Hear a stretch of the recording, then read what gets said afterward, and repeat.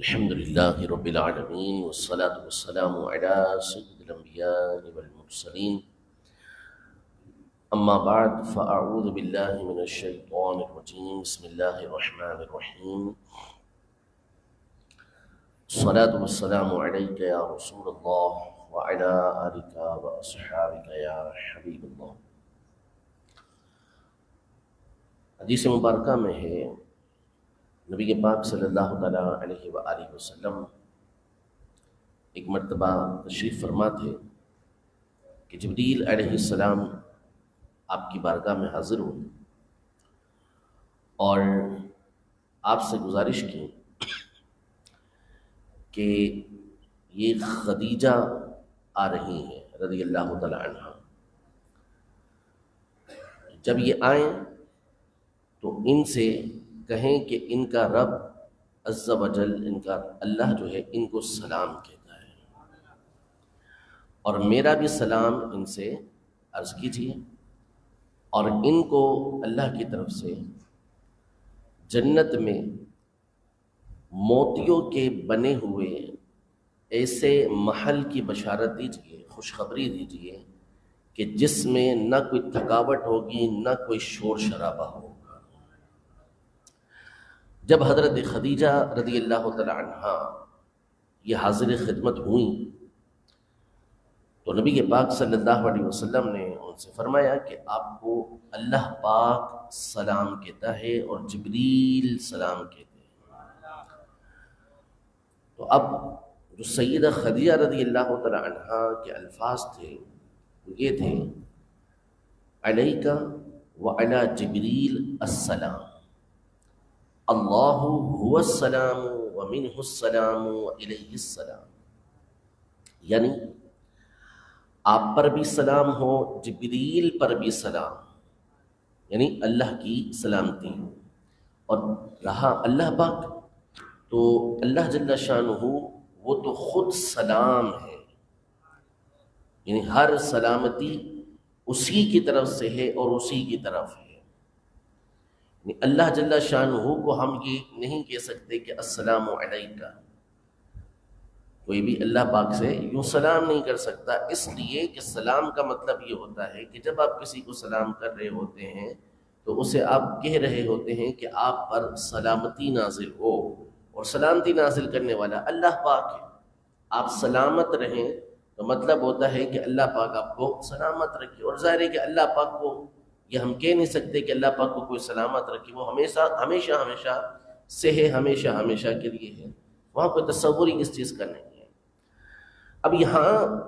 جو غور طلب بات ہے وہ یہ ہے، حافظ بن حجر عسقلانی رحمۃ اللہ تعالیٰ علیہ بخاری شریف کی شرح میں فرماتے ہیں اس حدیث پاک کے تحت کہ حضرت سیدہ خدیجہ رضی اللہ تعالیٰ عنہا کا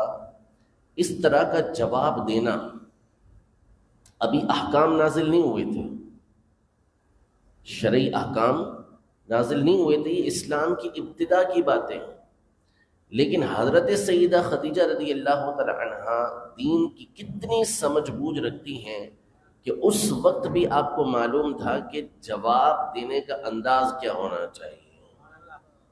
اور یہ مسئلہ ذہن نشین رہے۔ ہمارے یہاں جو سلام پہنچانے کا اور سلام جب ملتا ہے تو اس کا جواب دینے کا طریقہ یہ ملحوظ نہیں ہوتا، اس کو ہم پیش نظر نہیں رکھتے اپنے۔ یاد رکھیے کہ جب آپ سے کسی نے کہا کہ فلاں کو میرا سلام کہہ دینا، اور آپ نے کہا ٹھیک ہے میں کہہ دوں گا، تو اب آپ پر لازم ہے کہ آپ اس کو اس کا سلام کہیں گے۔ جیسے ہی آپ کو بندہ ملے گا اور آپ کو یاد رہے گا، آپ پر ضروری ہوگا کہ آپ اس کو کہیں گے کہ ہاں فلاں نے آپ کو سلام کہا تھا۔ اب بعض لوگوں کو جب کہا جاتا ہے فلاں کو سلام کہہ دینا، وہ خود ہی اس وقت کہہ دیتے ہیں وعلیکم السلام، تو آپ کو سلام نہیں کیا گیا کہ آپ وعلیکم السلام کہیں، جب آپ کو سلام کہیں تب آپ وعلیکم السلام کہیے گا۔ ابھی جب یہ کہا گیا کہ فلاں کو کہنا ہے تو پھر آپ نے فلاں کو کہنا ہے۔ نمبر ایک یہ۔ نمبر دو یہ کہ جب آپ کے پاس کوئی کسی کا سلام لے کر آئے کہ فلاں نے آپ کو سلام کہا تھا، تو اب ہمارے بہت سے لوگ بعض اوقات تو بالکل توجہ ہی نہیں کرتے کہ ہم نے جواب کیا دینا ہے، اور بعض کہہ دیتے ہیں وعلیکم السلام۔ تو جواب دینے کا جو صحیح طریقہ ہے وہ یہ ہے مردوں کے لیے کہ جب کوئی مرد اس کو کسی مرد کا سلام پہنچا ہے کہ بھئی فلاں نے آپ کو سلام کہا ہے، تو آپ سے آپ کہیں گے علیکہ و علیہ السلام، علیکہ و علیہ السلام. یہ طریقہ کار ہوتا ہے سلام کے جواب دینے کا. حضرت سیدہ خدیجہ رضی اللہ تعالیٰ عنہ ہماری سب سے پہلی ماں، ام المومنین، سب سے بڑی ماں ہے ہماری، اور نبی پاک صلی اللہ تعالیٰ علیہ وآلہ وسلم کی مونس و غمخوار نبی پاک صلی اللہ تعالیٰ علیہ وسلم بہت زیادہ ان سے محبت فرمایا کرتے تھے. سب سے پہلے نبی پاک صلی اللہ علیہ وسلم نے ان سے نکاح فرمایا، اور آپ صلی اللہ علیہ وسلم کی جتنی بھی اولاد ہوئیں سوائے حضرت ابراہیم رضی اللہ تعالیٰ عنہ کے، ساری حضرت خدیجہ رضی اللہ تعالیٰ عنہ سے پیدا ہوئی.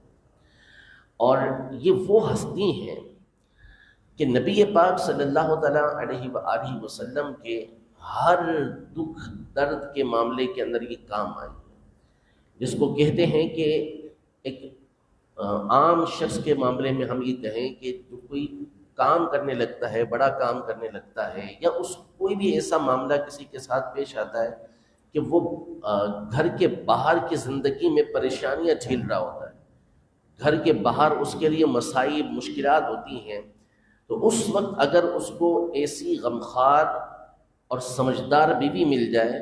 کہ جو اس کے گھر کے معاملات سے اس کو بے پرواہ کر دے، تو وہ بہت ساری چیزوں کو بآسانی ٹیکل کر لیتا ہے، مشکلات اس کے لیے آسان ہو جاتی ہیں. یہ جو بیوی اس کی ہوتی ہے یہ اس کے بہت سارے غم کو اور پریشانیوں کو دور کر دیتی ہے، یہ اللہ کی نعمت ہوتی ہے. اور نبی پاک صلی اللہ تعالیٰ علیہ وسلم، اللہ تبارک و تعالیٰ نے جہاں آپ پر اور انعام کیے، ایک انعام حضرت سیدہ خدیجہ رضی اللہ تعالیٰ عنہ کی صورت میں کیا کہ جب کوئی مشکل کا مرحلہ پیش آیا، نبی پاک صلی اللہ تعالیٰ علیہ وسلم کے قدموں کے ساتھ یہ کھڑے بھی تھے. جب پہلی وحی نازل ہوئی نبی پاک صلی اللہ علیہ وسلم پر، تو قرآن جب نبی پاک صلی اللہ علیہ وسلم پر نازل ہوتا تھا تو حضرت عائشہ رضی اللہ عنہا فرماتی ہیں کہ حضور کی پیشانی سخت سردی کے اندر یہ پسینہ پسینہ ہو جاتی تھی، اس قرآن کا بوجھ ایسا تھا. تو جب پہلی مرتبہ وحی نازل ہوئی غار حرا کے اندر، اقرأ بسم ربک الذی خلق، تو نبی پاک صلی اللہ علیہ وسلم جب گھر واپس آئے تو جسم مبارک کے اوپر ایک کپ کپی سی تاری تھی، اعضاء پر یہ بوجھ تھا اس کا. تو آپ نے نبی پاک صلی اللہ علیہ وسلم نے کہا کہ مجھے تو اپنی جان کا خطرہ ہو گیا، اب آئندہ جو میں تبلیغ کروں گا میری قوم تو مجھے تسلیم نہیں کرے گی، باتوں کو مانے گی نہیں، کیونکہ ان کی کفریہ اور شرکیہ عقائد سے مجھے روکنا ہے، مفہوم نبی پاک صلی اللہ علیہ وسلم کی گفتگو کا. تو انہوں نے ماننا نہیں. اس وقت سب سے پہلے حضرت خدیجہ رضی اللہ تعالی عنہ نبی پاک صلی اللہ علیہ وسلم پر ایمان بھی لائیں،